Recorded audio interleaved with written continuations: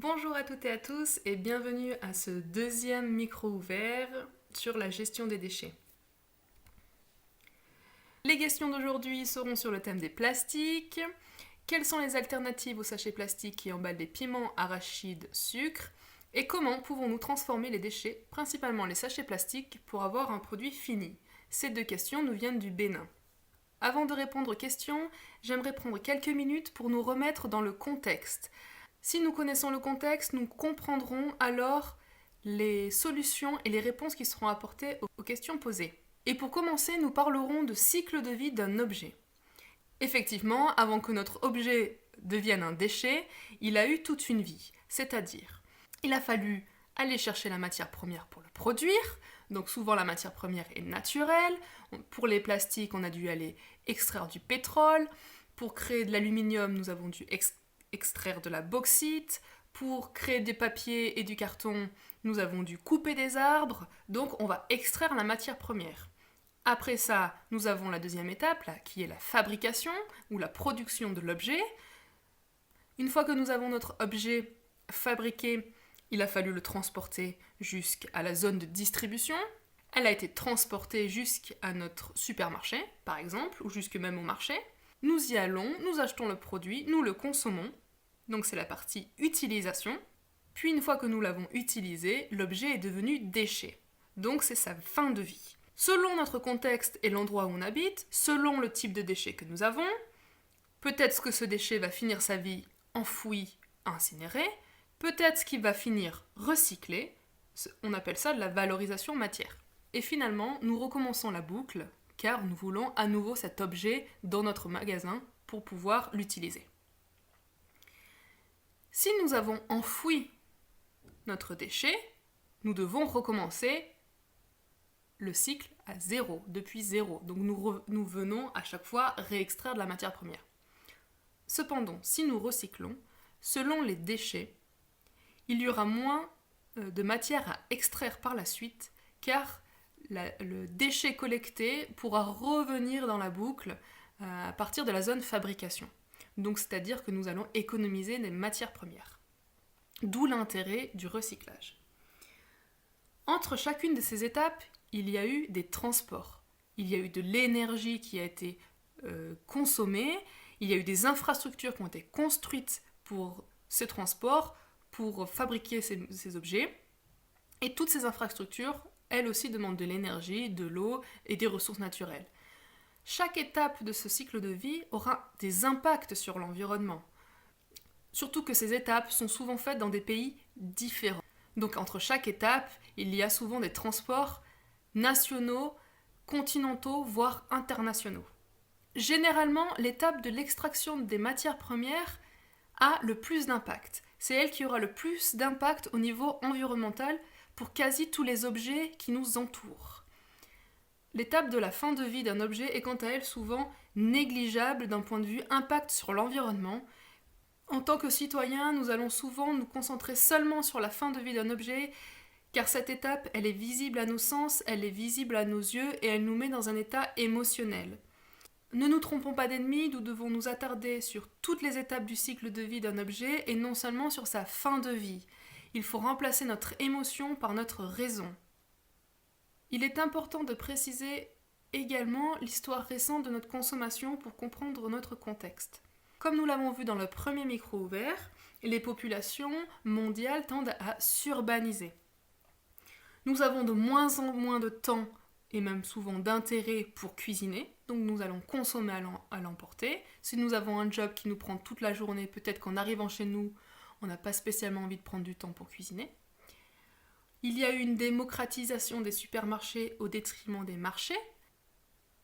Et un dernier point, c'est le remplacement des produits locaux au détriment des produits importés.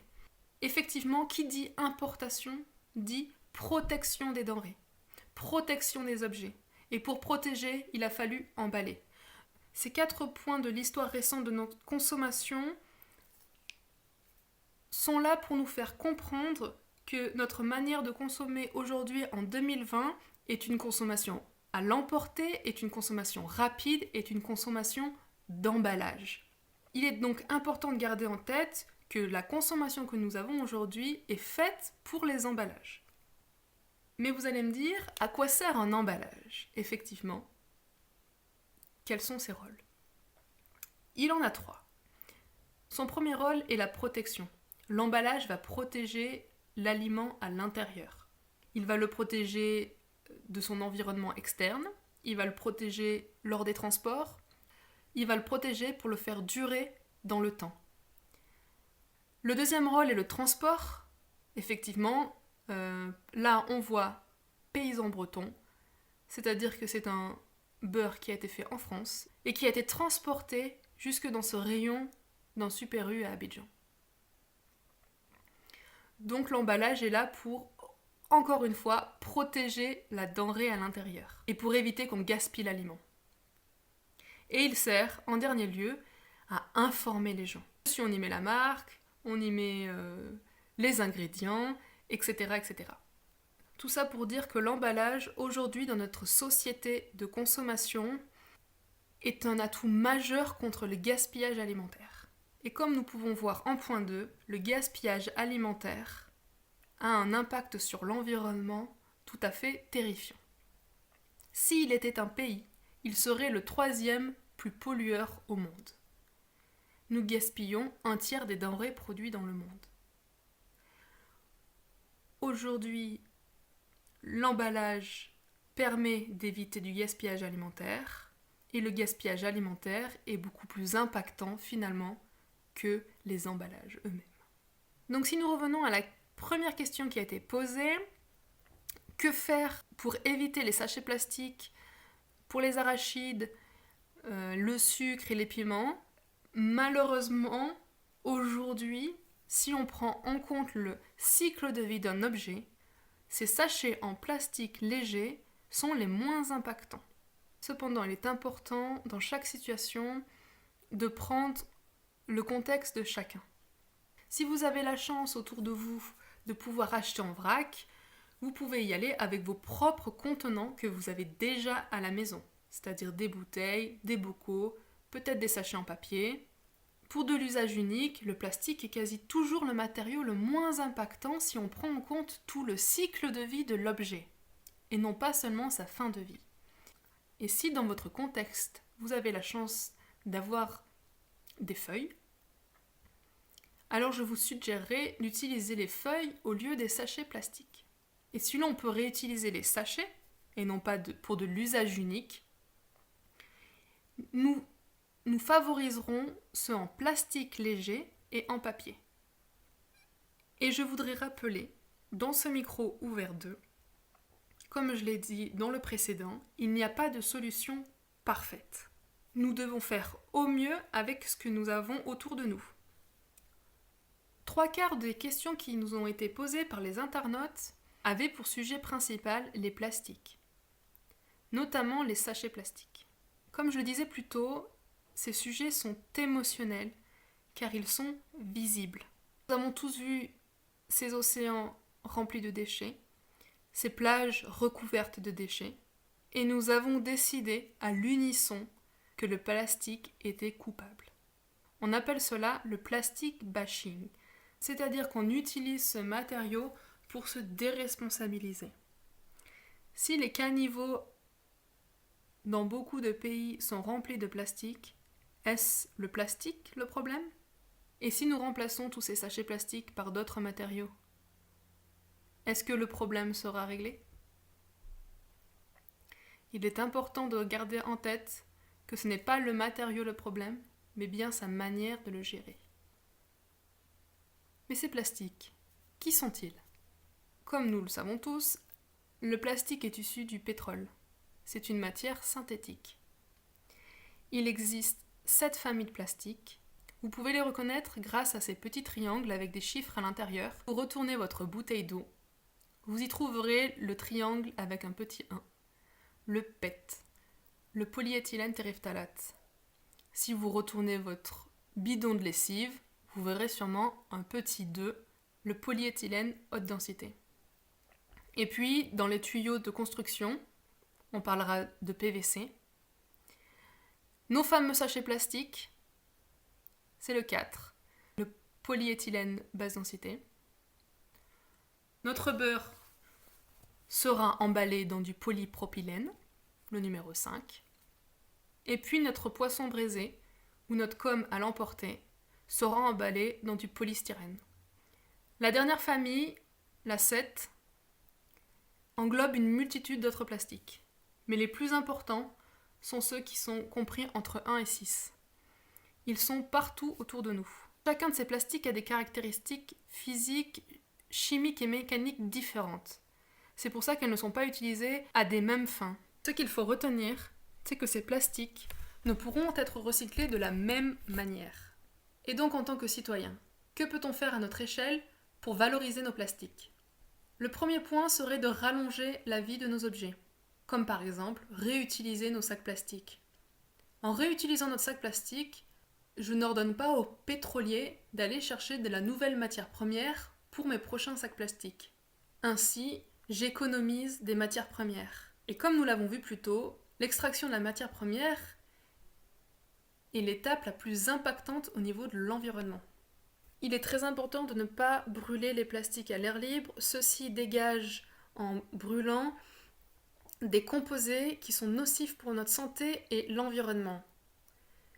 Ces plastiques doivent être brûlés dans des usines d'incinération où il y a des filtres adéquats pour protéger l'air ambiant. Le recyclage par résine, c'est-à-dire par famille de plastique, est intéressante, seulement si les quantités sont grandes. Et puis une fois que nous avons rallongé la vie de notre objet et qu'il n'est plus utilisable, la deuxième étape serait de se renseigner sur les recycleurs locaux et de s'informer sur leurs besoins en matière. Le tri peut se faire dans un cercle privé, mais également professionnel. Par exemple, sur la première photo, c'est une poubelle dans les locaux de l'UNICEF où tous les employés peuvent y déposer leurs emballages en plastique. Ces emballages sont ensuite transformés en briques qui serviront à construire des écoles pour les enfants, comme vous pouvez voir sur la photo en bas. Cette initiative a été mise en place en Côte d'Ivoire et une deuxième devrait naître au Bénin tout bientôt. Sur la photo en haut à droite, vous voyez un pavé qui a été fait en mélangeant du plastique avec du béton. Je voudrais porter votre attention sur les mélanges de matières. Aujourd'hui, cela peut sûrement résoudre un problème à la situation actuelle, mais il faut imaginer à plus long terme. Quand ces matériaux arriveront en fin de vie, comment ceux-ci seront-ils valorisés ? Est-ce qu'ils finiront eux aussi enfouis ou pourront-ils être recyclés ? Ce qu'il faut retenir. Pensons cycle de vie d'un objet et non pas seulement fin de vie.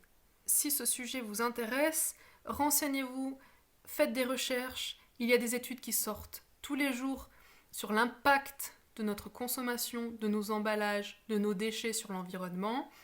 Et c'est ces études qui font foi aujourd'hui. Et ces études doivent alimenter notre raison face à nos émotions. Les emballages permettent, dans notre société actuelle, d'éviter le gaspillage alimentaire qui est beaucoup plus impactant. Pour l'usage unique, le plastique est quasi toujours la matière la moins impactante. Le plastique nous met dans l'émotion car il est visible à nos sens, mais la matière est moins problématique que la manière. À quoi bon changer la matière si l'on ne change pas les comportements ? C'est un clin d'œil à notre prochain micro ouvert qui parlera d'infrastructures et de pourquoi nos caniveaux sont pleins de déchets. Cette vidéo touche à sa fin, j'espère que cela vous a plu. Si vous avez des questions, des partages à faire, c'est dans les commentaires en dessous de cette vidéo. Et surtout, n'hésitez pas à nous suivre sur nos différents réseaux sociaux, Facebook, Twitter et Instagram. Et moi je vous dis à la semaine prochaine.